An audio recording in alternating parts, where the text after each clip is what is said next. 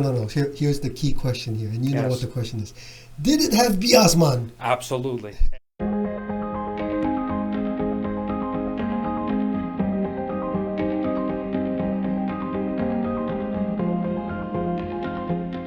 Hi everyone, Adrian from Audio Acoustics Canada. Hope you're doing well.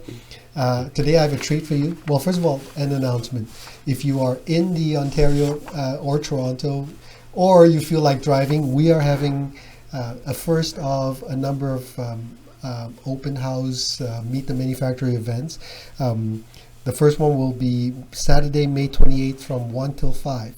And that's with Val from Acora. As a matter of fact, today we have Val from Acora joining us, and we're going to grill him, quiz him, make fun of him, and ask him questions about his background and the speakers and so on. As some of you may know, hopefully a lot of you will know, Acora Acoustics has been getting a lot of press recently in the last couple of years or so. They've done really well at shows. The show reports, independent reviews have been very, very good. And I'm very pleased to say that they're Canadian. And some of you may know from our past videos that we've wanted for a very long time now to represent Canadian manufacturers. And for various reasons, we have never really recently been able to do so until Acora. So welcome, Val. Thanks for joining us today. Good morning, Adrian. How are you this morning? Good, thank you. And Vilip, to my right, he's very happy today because the Leafs won yesterday. Don't know how, but they did. They won 4-3, man, and it wasn't even overtime. It was just, anyways, it was a really good game. It was the first game, I would say, that both teams actually showed up. It was an enjoyable, exciting game to watch. So Val, your background, how did you get into the audio world? I got into the audio world at a very young age. I actually worked at Ava Electronics, or moonlighted at Ava Electronics would be a better word. When I was 12 years old, I was there. I was helping to set up equipment, and I got introduced into the audio world, and my passion and love grew from there, where it's my main focus. I love the audio world. I love listening to music.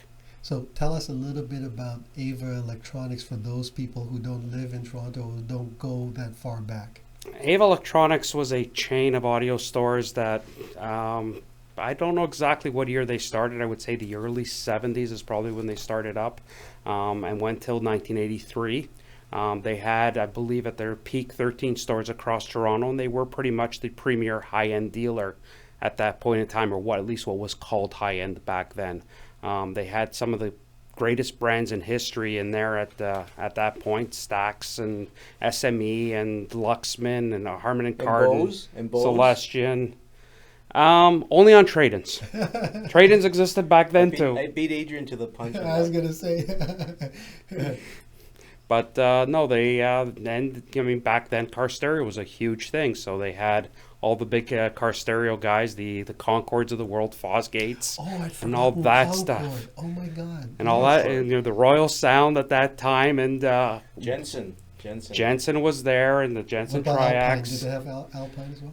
I think they brought an Alpine right at the tail end of when they were doing it. But one of my main jobs there was to put together and maintain the car stereo board. So install the head units, wire them all up, wire up the speakers, listen to it, make sure it worked, move the positioning of the speakers to make sure it worked in the soundboard, and I got to learn a lot of things of how the boxes. Did you ever install one of those Bose car stereo systems that had a 4x20 or 4x25 watt amp with 4 full range drivers? Only in a Corvette. When they came out in a Corvette in 1984, that the speakers were actually being powered by the amplifier, so you can actually change the speakers. Back in the day, I wanted to have a Bose car audio system because it was all like really well put together, and it was like voice for actual car interiors. It was one of the first systems that I saw that did that. So that's crazy. We're talking about car audio. That was my initial love. For those of you who like cars, you will appreciate this. When you're young, your whole dream was to have a car so you would be independent and free and so on. And so, I used to read all the car magazines or articles about car audio, and the head unit I lusted over was the Alpine because it was so distinctive looking, sort of like Macintosh, right? You didn't lust after the Nakamichi? No, not really. I love the look of the Alpine because you had these little square backlit Right. buttons, right? And very clean looking, as opposed to today's head units that are so complicated. You have a pop-up screen and it's touchscreen and you can't find anything. Anyway, it's just me. the tactile response or the tactile approach is no longer really evident. It's all touch screen. Yeah, it's all touchscreen. And you're driving along and you're like, you can't hit that button correctly. I put in a replacement head unit for the Ferrari, right? And I went to the car audio dealership and he says, "You're gonna do what? This is the original head unit and it's a piece of crap. It's horrible. It doesn't work properly." And I said, "I also need a rear view camera because this car is too long. It's got all kinds of blind spots. I can't see anything. So give me one of these." So they installed this, and while it does what it's supposed to do, it's very difficult to use. So anyway, how did you get into speakers then? What was the transition from working at Ava to deciding that you wanted to screw around with speakers? So was it like everything you heard was crap and you had to do your own stuff? Is that No, a lot of the stuff that I loved, I couldn't afford. It's very simple. I couldn't afford a pair of 801s back then. I mean, $4,000 back in 1983 is a Yeah. lot of money, especially when you're 16 years old. So, I mean, unfortunately, they were very nice to me. I had speakers, which I still own. I had DM70s. I had one of the pair of the original DM7s, which were great speakers. But every time I would listen to them, I would listen to the DM7s. I would love this. Then I would go listen to a pair of Altec Voice for you, Theaters. for your people out there, he's talking about B&W, right? So B&W was, and probably still is a good brand, but especially back in the day, it was a really good brand. It was an emerging brand with lots of developments that really pushed this industry, and it's one of the guys we have to thank Yes, for where definitely. the direction of high-end audio went. I mean, back then, I remember, even when you bought a high-end system, you would go to a reel of lamp wire, pull up 50 feet, cut it, and here's your speaker wire. You didn't have monster cable? Come on. not in the early 80s. Actually, the first cable that I had back then was cable from Angstrom. They were actually one of the very first to make high-end cable, and they brought it in, and we used it on the Stax gear, the Stax speakers, and it made a phenomenal I difference. forgot about those stack speakers, the Yeah, 81s, isn't it? Yeah, Those are hard to find. Oh my! I had a pair for a little while. Couldn't play any volume at all. No. Really low sensitivity, but boy, sweet in the very, very low volumes. Very sweet sounding. Absolutely, and that's what you had. So you had the Stax doing that. You had the quads, the ESLs that were absolutely magical as long as you had one person in the room. Yeah. You had the 801s that had this fantastic bottom end and fullness and richness to them, but they were missing some of the detail and the dynamics and finer points of some of these other speakers. So that's what really drove me to, okay, all these things sound great in their own field. Let's build something that sounds great everywhere. So when did you first officially start your speaker company? Depends on which iteration of this, Adrian, because we actually started Acora Technologies back in 1998. And we did show in Montreal, and we got great press back in 98 with lots of questions. And we had Stereophile wanted to do an interview with us back then. The reality is I looked into it. I looked at the dollars and cents that it would take to make a repeatable product. And it just wasn't possible. It wasn't technically possible.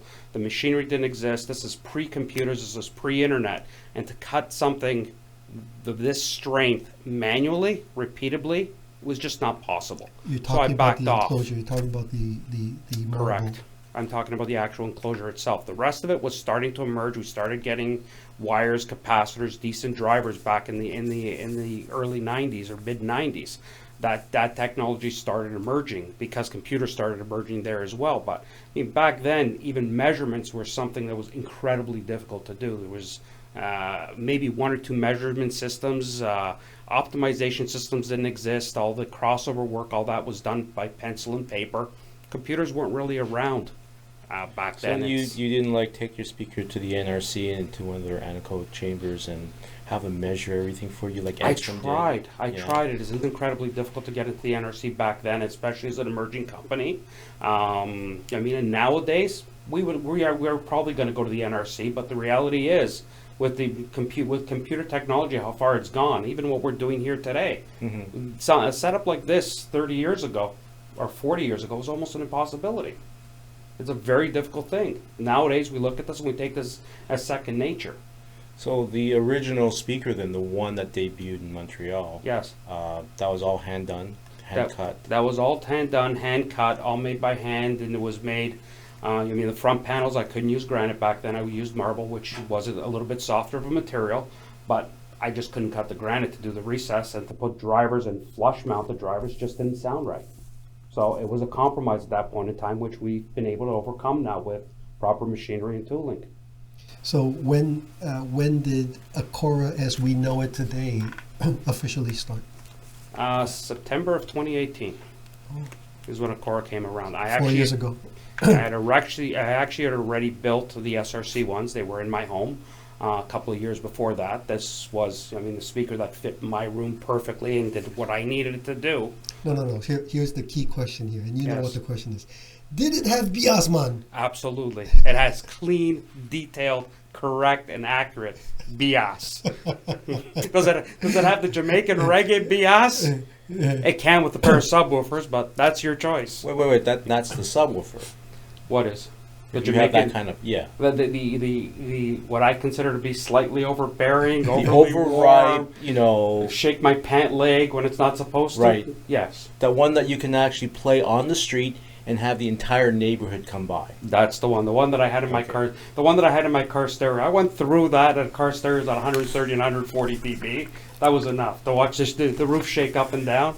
That was not the goal here. The goal here was to reproduce music truthfully and honestly as possible. So, for those of you who don't know, there's a running joke between me and Val because I like to joke with him that his speakers have no bass. And Well, when we reviewed the SRBs, I thought they had more than adequate bass, especially from what I've heard in many kind of different situations. But for you, it was not enough. Well, you have to understand. See the curly hair here? How many Chinese people do you know have curly hair? So somewhere in my family... I have curly hair. Yeah, no, you don't. You have no hair. I have a wave. Anyway, so let's talk about specifically your goals when you design your speakers. So we know that human beings, especially in the high-end industry, when you ask this general question, what's your reference? Everybody will say, well, as accurate as possible. The truth is we're all human beings. We all have different, tastes. We weigh different things more importantly than others, even if we don't think that that's true subconscious level. That's how. So, Val, what is important to you? What are your priorities when you design your speakers? My priority is to design an instrument that plays music and disappears on its own. And I know you get into the words of accuracy and detail and dynamics and speed and all these other words that we love to use to describe speakers at the end, or our system. At the end of the day, there should, in my opinion, when you walk in a room and you're listening to music, it should sound like music. Not only to the person who knows what the audiophile systems sound like, but to the novice who doesn't know what a proper system should sound like. That they can actually walk in and say, yeah, that sounds like music. And that's why I think we've had so much success at the shows and with the reviewers, because when they listen to it, they sound natural. There's nothing to them. They're transparent. They're a window into the music, and that's our design goal. So, follow-up question. Given that you say you want the speakers to be as natural or a window into the music, so to speak, what music references do you use, recordings? Give some examples of the kind of music that you like to use when you're testing. Don't say and designing. Bananarama. Of course I use Bananarama too, because something that sounds horrible should always sound horrible. That's another test of a speaker. If you take something that is recorded badly and it sounds great, there's something going on there that See, shouldn't this is exactly why going I use on. those tracks, is because I know, I No, dependably you use that, those tracks because Well, you I have like no them too. taste in music. That's what it is. My musical references go everywhere, and they're constantly changing and evolving, so there's not like I can say these are my 5 reference tracks. I don't have that, and a lot of the times I will, especially when I'm finishing the voices in the speakers, I will go away. I will go up north on a fishing trip. I will go somewhere that's as silent as possible, and so that my hearing comes back or improves, and it's dramatic. And then come back into the city, and you hear things that you never would have dreamed of. I also try and attend a lot of live music concerts, and I'm talking unamplified, Roy Thompson Hall needs to be there. You don't have favorite recordings that you use when you're developing speakers? I just have such a wide range that I'm not going to say, I will use some of the reference standards, the Cantata Domino, or, some of the Louis stuff, some stuff that's really dear to me, but no, it's not, I don't have it's these 5 recordings, nor will I ever, because I think that if I shoehorn myself into 5 distinct recordings or 10 distinct recordings, you start to focus on one too many things. I prefer to go as wide range of music as I possibly can. In our last review of the SRB, the bookshelf speaker, I was looking through the comments, and certainly a lot of comments that came out were, boy, these are really, really expensive for small bookshelf speakers. And I wanted to just make a parenthetical note that ooh, there's a big word. I'm telling you, I'm getting better. Yeah. Parenthetical. You even get not one of those spell calendars that has a word every day, and you're going like luminosity. Ooh. It's the University of the I Greek once coming used back. the word detritus with my friends. They said, "What the heck is that?" I said, "Well, that's garbage." I wanted to just make a comment to those who say, well, I can make a two-way speaker for a fraction of the cost. And certainly as a do-it-yourselfer, you can make all kinds of things a whole lot cheaper. But having been in this industry, as well as observing a lot of other industries for many years, one of the things that I wanted to bring out was the fact that it's one thing to make a prototype and make a few pairs for friends and family and so on. It's another altogether when you decide you want to go into business, and then suddenly you have all these fixed costs. You have to start buying raw materials in big lots as opposed to 4 or 5 at a time. You have to start stocking materials, cabinets, and so on and so forth. So just in terms of a question like that, what are some of the big challenges? And this would be interesting for people who are interested in going into this business. Call it a public service announcement, if you will. What are some of the challenges that a new business might face, a manufacturer might face, if they wanted to go into speaker manufacturing? What were some of the challenges that you faced? Well, there's the challenges of all the machinery and tooling and all that stuff for startup costs and storage and pre-buying equipment and test equipment, and all the stuff that most DIY guys don't have. But going back to the SRBs and the cost of the SRBs, they are a no compromise design in a smaller speaker, in a stand mount speaker. You don't see the intangibles that are inside that speaker, which is the crossover parts, the quality of the crossover parts, the quality of the wiring, the quality of the binding post. So just to look at 2 drivers and see a small box and say, well, it should only cost X amount because it's a small box, is really disservice is the wrong word, is incorrect. You need to know the entire picture that's in there. Like even, our crossover boards, the way we do them, the way we actually hold the parts. I have no problem saying somebody's going to say, hey, they're expensive. Great, say that. But come and listen to them. They don't sound like small speakers. Like you alluded, they're a small little nothing speaker, or a small speaker made for a smaller room because, hey, we have people that are stuck in rooms 100 square feet or 150 square feet, 10 by 15 in a condo. You can't put a big speaker in there. Even if you wanted to, it's not going to sound right. Those speakers are built so that in that size of a room, you still have this massive presentation where it sounds 10 feet high and 40 feet wide, even contained in a little tiny room. So let's go a little bit into details in terms of what you had to purchase to make your speakers. Mm-hmm. You mentioned about the machinery. What kinds of machines did you end up buying to be able to make, for example, the enclosures? Well, the machines themselves, thankfully my family is in the stone industry, so I could leverage machines that were currently here. But like the diamond bits we use all had to be custom made. The saw blades that we use are custom saw blades.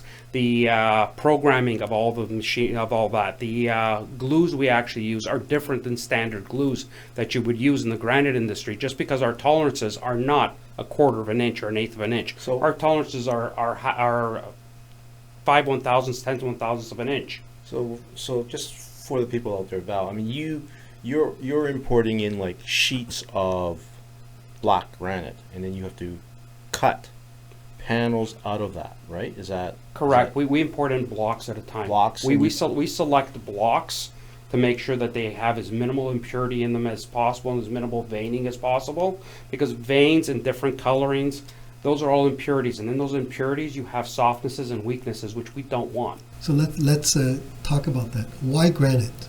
Why not, as you know, there are quite a number of very good speaker companies that use aluminum. Wilson uses their proprietary mix of phenolic and so on. Why granite? Why not, like B&W, they use ply that is curved and then they add their matrix internally. Why granite?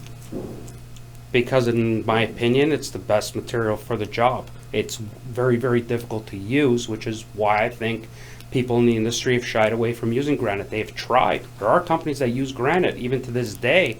I mean, you take HRS and their top stands. Their plinths are made out of granite. We know granite has the right properties for audio. It is dead, it's not in resonance, and it's incredibly dense and hard. It doesn't flex. I remember the first time I came in here, I was speaking to Vilip, and he's like, well, when the speaker pressurizes, it's going to act a little bit like a balloon. It's going to expand the cabinet, it's going to contract the cabinet. And I said, you're absolutely right. On most cabinets, not on the granite. That's not going to move. Why is that important? Because you really want to just be hearing the speaker. That's what you're paying the money for, is to hear the drivers, not hear something that's supplementary like a cabinet vibrating with it. Once you take a speaker and you let the body of the speaker vibrate or create its own harmonics, you're going to take away from ultimately what it should sound like. So do you know what the figures are, or like for instance, there's energy happening inside the cabinet. How much of that energy is actually dissipated, or is any of it transmitted through the granite, or is it, reduced, attenuated? What's going on, and how quickly can energy, whatever energy gets into it, pass through it? When we knock on it, you hear nothing. So that's the amazing thing. Well, when you knock on it, you do have a little bit of sound, but there's the sound from your knuckle or from the stone itself, because your bone's going to have some resonance Right. to it as well. So, that's really the question. How much of the energy is passing through? Well, we know from the laws of energy conservation that energy can't be created or destroyed, just change from one Sure. form to the other. So somewhere that energy's got to come out. Now, the reality is, in most speakers, that energy on a soft cabinet is going to come through the cabinet. All the rest of that energy, though, is going to come back through the face of the driver. Let's talk a bit about the drivers. The drivers appear, and forgive me, I don't get into these kinds of things when it comes to manufacturers. The drivers appear to be Scanspeak. Is that correct? Absolutely. Okay. So tell our viewers whether these are just standard drivers or are they modified, and why did you choose Scanspeak? Scanspeak is one of the premier loudspeaker manufacturers in the world at this point, and we get Scanspeak drivers in so many different products out there on the market, including the Wilsons use Scanspeak drivers, which they modify. We pretty much are doing the same thing. They are a phenomenal engineering firm. They have the tooling, and they make a great, great product. We take it, we modify it to use in our cabinetry to do what we need them to do, and that's what we use, because they make a phenomenal driver to begin with. Give us some ideas as to, maybe even at a high level, what is it that you do to modify the speaker, the drivers? No. Come on, pretty Okay. please, pretty please. Okay. To be honest with you, the second they get coupled to the granite, because the granite itself is so hard, it actually adds the weight of the granite to the basket density, and it changes the speaker instantaneously. In an ideal situation, what would you like your speakers to do more of? Like, are you basically very happy with the results? Are you thinking about the next step where you want to maybe make a Mark II version? Or? I'm incredibly happy with how they are, and that's a really difficult question, because we have 10 or 15 different prototypes that I've been working on in the last 5 years that are never going to come out, because they just don't sound any better than what these sound like. And just to release a product, just to release it, doesn't make a lot of sense to me, to be completely honest. And one of the ongoing questions that we get is, assuming that you like these speakers or any other speaker, what sort of electronics would you recommend for a potential buyer of these speakers to use? In your experience, are they tube-friendly only, or would you like to see solid state, or what do you recommend? Whatever you like. They are very neutral and transparent, so they will let through whatever you put in front of them. You saw in Montreal, we used the D'Agostino gear with great success. Quite a few people gave us best of show in Montreal. They are quite easy to drive. The impedance curve on most of them, or on these and the Bs, do not really go below 4 ohms, don't really go above 12. So they are, I mean, I really believe in the design aspect of it, that it's much easier to let an amplifier work when it's running downhill instead of uphill. So the easier you make it to drive, the easier the amplifier is going to work. Generally speaking, the better it's going to sound. There are exceptions to that, but that's my general rule of thumb. Well, I have a ton of questions, but whether or not they're We're running appropriate. very long. We're running very long. But I will thank Val for helping me with actually the first pair that we sold. We went out and we actually installed it. It was quite interesting to put it all together in the field, and I can attest to the way the speaker works in a real environment. It's really quite amazing. Transformed that room entirely, and even my client was not quite prepared for the level of performance from that speaker. He was expecting something different, but he got something way more. So that was a really, really, really good experience. And I know Val can now push a van out of the snow because we got stuck in the snow. Well, my 2 cents worth, and then we'll wrap up. I've been very fortunate over years to not only have owned some wonderful speakers, some that we sell, some that we don't, but also have heard many speakers, wonderful speakers at different shows. And the question I always ask myself, for example, the last time I was at the Munich show before COVID, I was shocked to see how many rooms, every component was at least 50,000 euro or more. It was like shocking that there were so many products like that. And then the question I always had to ask myself was, would I actually cut a check? Would I actually buy these for myself, given my taste and so on? And there were very few rooms, when it came right down to it, that I actually would.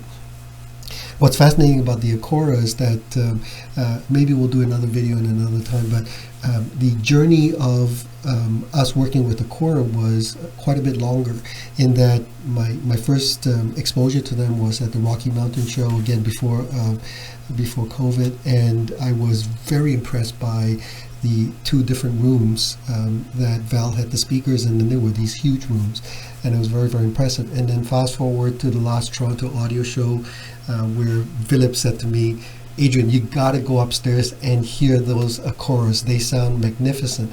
And again, huge room. Nobody would believe that these relatively small speakers. Oh, he had the SRBs up and running. Well, when I heard them, he had the floor standing okay. ones. Would fill this huge, magnificent room, and yet it did. Not only did it fill it, it sounded wonderful. And that's when I realized that if it sounded so good each time we heard it, then it was not an accident, because you can certainly go to shows and you might hear something sound really good once, and another time it won't sound all that great.